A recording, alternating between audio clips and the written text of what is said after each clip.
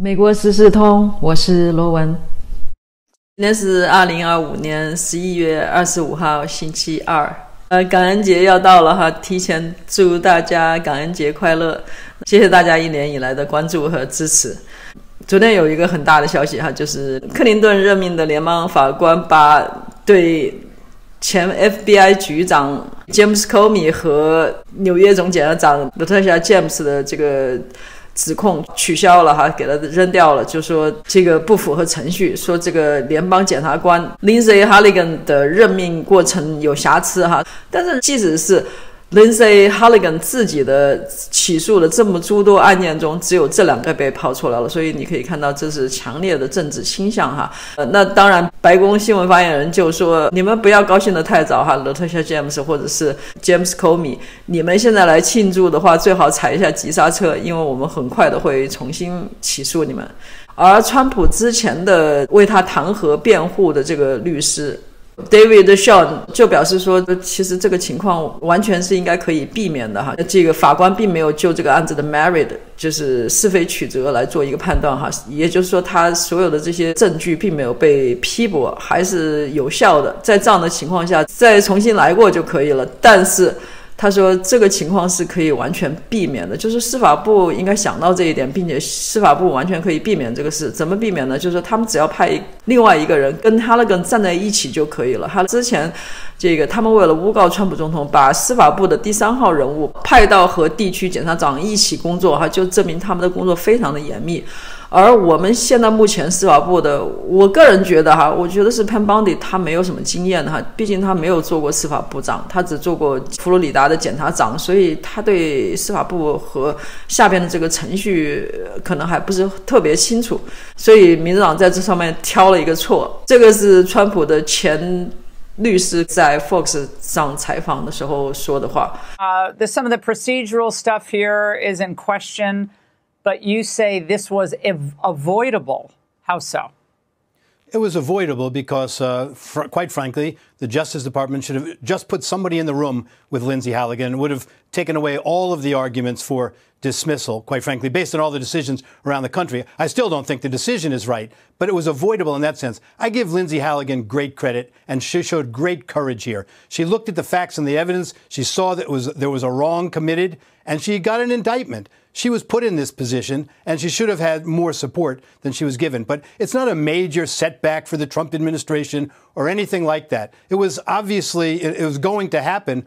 But I think they're wrong in the arguments for a couple of reasons. There's some pretty esteemed scholars, Steve Calabrese, Paul Cassell, who have explained why the courts just have it wrong with this.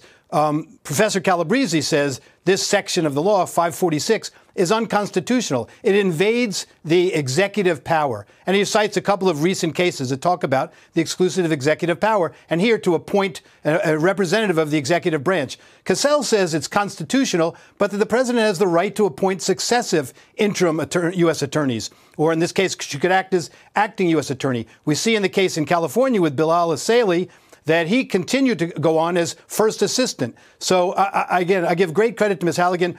But the other point I would make here is this.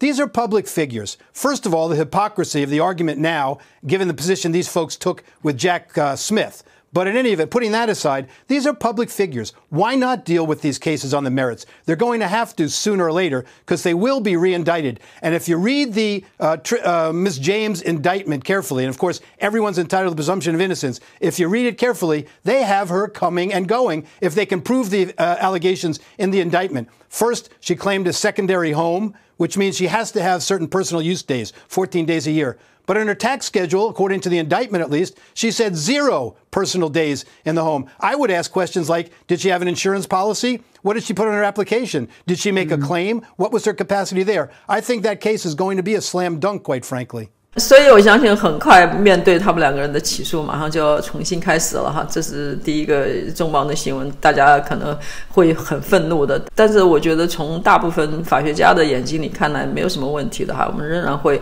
在这个案子上胜诉，一定要把他们捉拿到底。那同时这2天我一直接连在报道就6个立法者煽动叛乱的事哈。有的人不以为然，有人就说啊，川普说，很多左媒也在说啊，川普说要绞死他们，川普从来没有说要绞死他们。如果您自己没有看新闻，最好把川普的原文拿出来看一下哈。川普在真实社交媒体上说得很清楚，他说如果这个是搁着乔治华盛顿总统的话，他早就把他们绞死了。那他只是在说当时的一个状况，你这就是叛国，以前叛国罪就是被绞死的，他并没有说我要绞死他们哈。所以我觉得这些带路者非常的可耻，这些左媒不惜一切去反对川普也非常的可耻哈。就在他们无论如何也问不出6个立法者到底川普发了什么样的非法命令的情况下，有一个民主党的立法者跑出来挑衅了哈。亚利桑那的民主党的参议员 Ruben Gallego 就出来挑战了哈，他现在在退伍军人委员会哈，他就威胁五角大楼的这些军人们说，你们现在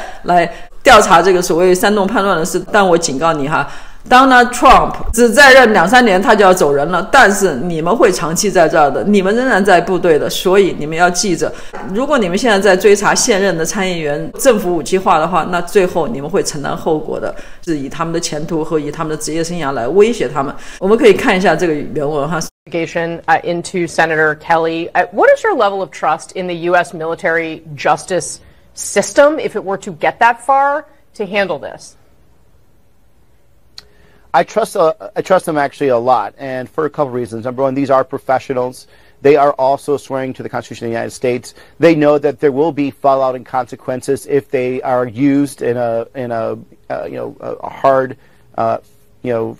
way to basically railroad someone like Senator Kelly, because Donald Trump's going to be gone a couple years. And if you're part of the military that is going after sitting senators, sitting members of Congress, and part of, the weaponization of government, there will be consequences, without a doubt. So, I think there's going to be a lot of officers that are going to be part of this, potential tribunal, if they want to call it that. They're going to be looking over their shoulders because they know that Donald Trump will be gone and they will not have that protection. They're going to have to do the safest thing possible, which is follow the Constitution of the United States, and you'll be fine.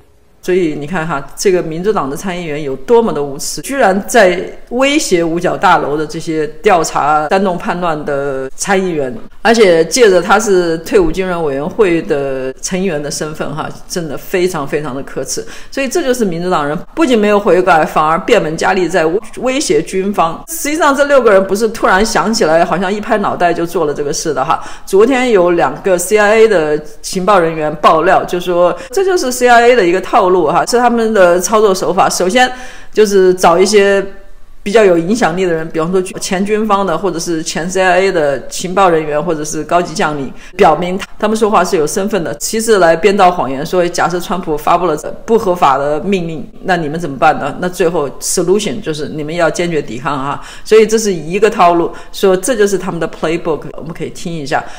So I talked to 2 CIA officers who said that this is a part of a larger hoax, and what they're doing here is they're trying to condition the country to prepare for something bad that's about to happen at the hands of Donald Trump. It's straight out of the CIA playbook. It's a destabilization operation where you get people to mistrust each other. And you do this because she's an analyst, and as an analyst, she would make sure what propaganda operations were successful, which ones weren't. So she knows what works. So the first part of the video, you establish authority.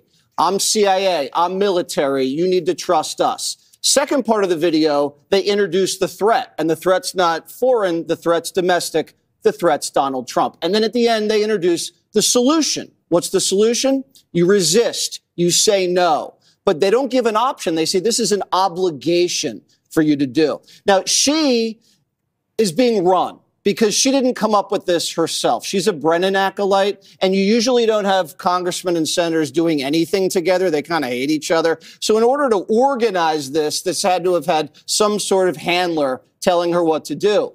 And it was risky because nothing like this has ever been done in the history of the country. And you can even tell because the media was skeptical and they couldn't answer the question. So they hadn't even been read in on the operation. You see them fumbling and stumbling. And I'm glad that the U.S. military is now investigating this guy, Kelly, because this is what we expect from Donald Trump 2.0. You can't have the deep state interfering with a duly elected presidency and get away with it. You got to draw the line in the sand, and you have to make examples out of people. 刚才威胁五角大楼调查立法者的这个亚利桑那的参议员的 CNN 的记者就问他说：“哎，你怎么没参与此事？你怎么没跑出来呼吁？你既然这么支持哈？”然后他说：“哎，我其实拿到这个剧本了哈 ，script， 我本来拿到这个脚本了，本来我要去说的。”但是我刚好中间有事儿什么的，我就没时间就没说成。但是我是支持他们的。Did you consider why were you not part of this video? Yeah, actually, so I was part of the first video. The second video is by the time the script got to me and it was in the middle of a lot was going on, I just didn't have time to actually record it. But I'm 100% in alignment with them. 所以可见哈 ，Jesse Waters 说的这个两个 CIA 的吹哨人爆料是正确的，就是说他们确实是有剧本的，这就是一个合谋嘛。所以这就是合谋煽动叛乱。如果在这样的情况下我们不追究的话，真的国将不国。One of my big rules always is, how would I feel if, the other team did this? And I'm going to tell you flat out, as much as I despise Biden or Obama, if Republicans did this, I would be utterly disgusted. There's no way around that. This is as horrifying and as seditious, and it makes us look weak around the world. This makes us ripe for attack. It makes us ripe for instability. This is a bigger deal than people realize, and it makes me ill.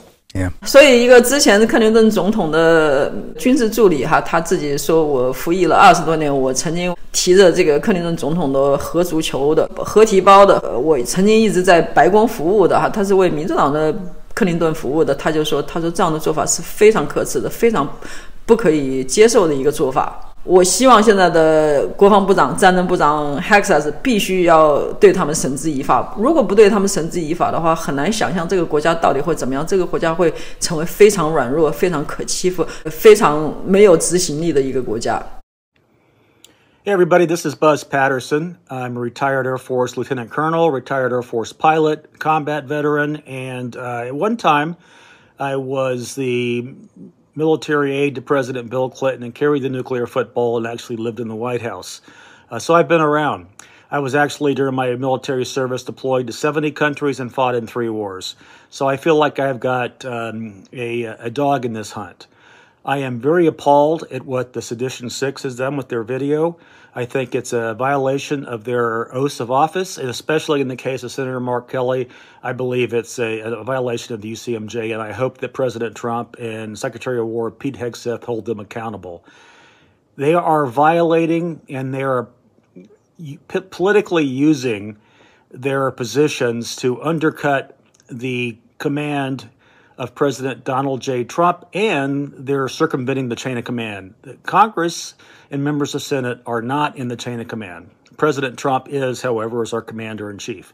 So I fully support going forward with whatever prosecutions are warranted and legitimate, and I think they are on these individuals. They use their positions, military and in the intelligence community, to expose, I think, and put at risk those of us who serve in uniform. I think that what's going to happen is because they violated the military chain of command, people are going to die. They undercut the underpinnings of the military, which is good order and faith and trust in their leadership. And in my estimation, what they did was treasonous and seditionist, and I hope they are prosecuted to the full extent. Again, my name is Buzz Patterson. I served in combat. I've served for 20 years, and I am outraged by what has happened by the Democrats, and I fear for what's going to happen to our young soldiers, sailors, airmen, and Marines if they choose to violate what is a legal order which will ruin their lives and ruin their careers.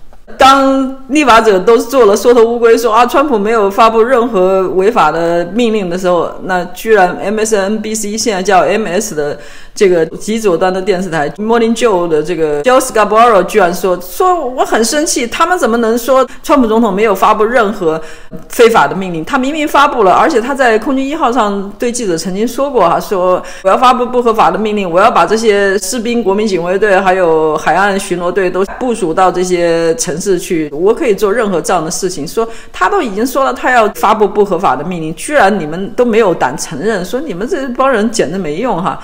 他说这个话的时候，其他的几个评论员都目瞪口呆的看着他，可见没有人相信他说的这些话。我们可以看一下这一段。Okay, wrong answer. Well, I'm sorry, with all due respect, wrong answer.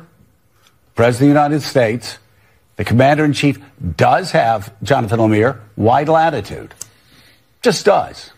And the Senate can take that up, but he has wide latitude on strikes. Ask Barack Obama and drone strikes. Ask George W. Bush and drone strikes. But where we know the president has said, I am going to give illegal orders to people in the military, is when he was on Air Force One, coming back, I forget where he was coming back from, but he said, I can send the Marines, I can send the Army, I can send the Air Force, I can send the Coast Guard into any city I want to control crime. And the courts can't do anything about it. That's illegal. It's just illegal.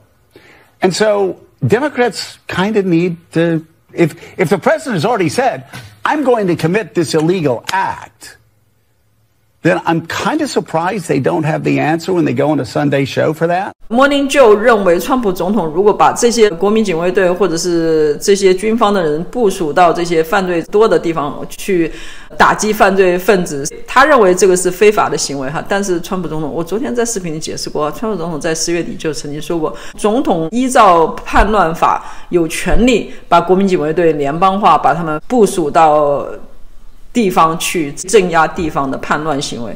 如果总统认为地方有叛乱的话，所以显然总统的理解跟 Morning Joe 的理解是非常不同的哈。那至少在 Morning Joe 的这个 circle 里头，至少这些左派的评论员也不认为他说的是很正确的哈，大家都非常惊异他的这个提法。所以你可以看到哈，左媒还在试图对美国民众或者美国的军队、美国的情报机构播下怀疑的种子，创造一个环境，让川普总统执政变得更加的困难。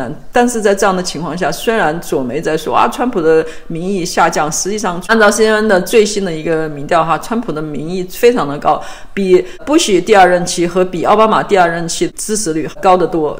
So is the president losing Republicans? No. Look, this is still Donald Trump's Republican Party, and we can see it here.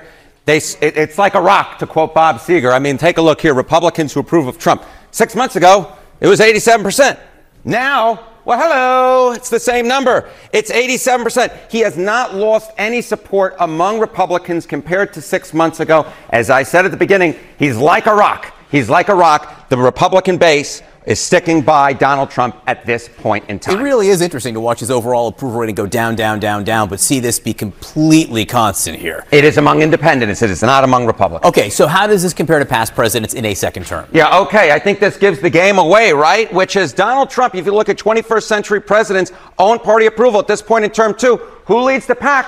It's Donald John Trump. 87% of Republicans approve of Donald John Trump. You go back to 2013, 78% of Democrats supported Barack Obama, and it was 78% of Republicans who supported George W. Bush back in 2005 at this point. So Donald Trump has the biggest highest own party approval of any president who served their entire second term in the 21st century. You could look at this one of two ways. You could say, obviously, he's doing way better than past presidents. Or you could say, there is still room to settle. If there is a reversion to the mean here, if that does fall further, that could chip into his overall approval rating. Okay, Marjorie Taylor Greene, resigning from Congress in January. One of the concerns is that Donald Trump backed someone in a primary against her. How has Donald Trump done in his congressional endorsements? You know, when you go up against Donald Trump, you're going up against a buzzsaw, because Donald Trump's endorsement record is, it's hard to find anyone else who beats it. Times Trump endorsees won GOP primaries. In 2020, it was 98%.